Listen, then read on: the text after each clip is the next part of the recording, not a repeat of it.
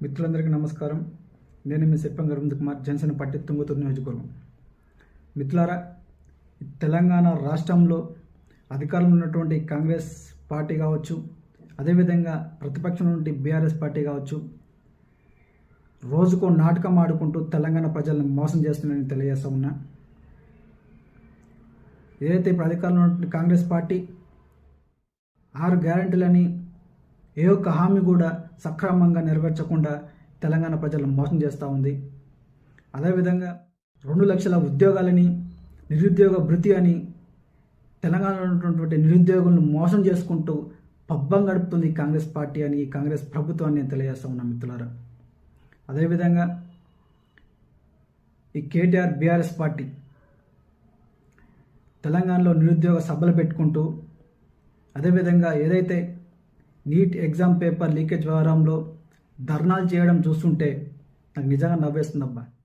ఎందుకంటే తెలంగాణ రాష్ట్రంలో నిరుద్యోగం పెరిగిపోవడానికి ముఖ్య కారణం ఈ కేసీఆర్ బీఆర్ఎస్ పార్టీ కదా. దాదాపు 10 ఏళ్ళు తెలంగాణ రాష్ట్రాన్ని పరిపాలించి తెలంగాణని ఆగం చేసింది ఈ మేధావుల కదా. అందుకే తెలంగాణ ప్రజలు వీళ్ళని గద్దె దింపింది. ఇప్పుడు మళ్ళీ కొత్త నాటకాలు ఆడుకుంటూ ప్రజల్ని మోసం చేయాలని చూస్తూ ఉన్నారు. తెలంగాణ వస్తే ఇంటికో ఉద్యోగం అన్నారు. ఎవరికి వచ్చినాయి? వాళ్ళ కలవకుండా కుటుంబంలోనే ఉద్యోగాలు వచ్చినాయని నేను తెలియజేస్తా ఉన్నా.